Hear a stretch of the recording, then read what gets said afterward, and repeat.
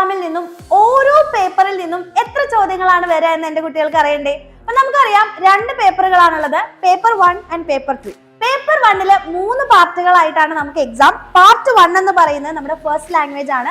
അതിൽ നിന്നും 15 ചോദ്യങ്ങളാണ് വരുന്നുണ്ടാവുക. അതിൽ ഫുള്ളും നിങ്ങൾ അറ്റൻഡ് ചെയ്യണം. ഇനി പാർട്ട് ബിയിൽ നോക്കുകയാണെങ്കിൽ സെക്കൻഡ് ലാംഗ്വേജ് ആണ്. അതിലും 15 ക്വസ്റ്റ്യൻസ് ആണ് ഉണ്ടാവുക. അതിൽ 10 എണ്ണം നിങ്ങൾ അറ്റൻഡ് ചെയ്താൽ മതി. അപ്പോൾ നിങ്ങൾക്ക് ശരിയായിട്ടുള്ള 10 എണ്ണം മാത്രമാണ് വാലിഡ് ആയിട്ട് എടുക്കുള്ളൂ കേട്ടോ. ഇനി പാർട്ട് സി നോക്കുകയാണെങ്കിൽ നമ്മുടെ മാത്സ് ആണ് അല്ലേ. മാത്സിലെ 20 ക്വസ്റ്റ്യൻസ് ആണ് ഉണ്ടാവുക. അതിൽ 20 ചോദ്യങ്ങളും നിങ്ങൾ എന്തായാലും അറ്റൻഡ് ചെയ്തിരിക്കണം. ഇനി പേപ്പർ 2ലേക്ക് പോവുകയാണെങ്കിൽ ഇതേപോലെ തന്നെ പാർട്ട് എ എന്ന് പറയുന്നത് ഇംഗ്ലീഷ് ആണ്. ഇംഗ്ലീഷിൽ നിങ്ങൾക്ക് 15 ചോദ്യങ്ങളാണ് വരുന്നുണ്ടാവുക. അതിൽ 15 ചോദ്യങ്ങളും നിങ്ങൾ അറ്റൻഡ് ചെയ്യണം. ഇനി പാർട്ട് ബിയിലേക്ക് പോവുകയാണെങ്കിൽ 20 ചോദ്യങ്ങളാണ് ഉണ്ടാവുക. അതിൽ 15 ചോദ്യങ്ങൾ മാത്രം അറ്റൻഡ് ചെയ്താൽ മതി. അപ്പൊ നിങ്ങൾക്ക് ശരിയായിട്ടുള്ള 15 ചോദ്യങ്ങളുടെ ആൻസേഴ്സ് മാത്രമാണ് വാലിഡ് ആയിട്ട് എടുക്കുള്ളൂ. ഇനി പാർട്ട് സിയിലേക്ക് പോവുകയാണെങ്കിൽ ഇതേപോലെ തന്നെയാണ്, സോഷ്യൽ ആണ് വരുന്നുണ്ടാവുക.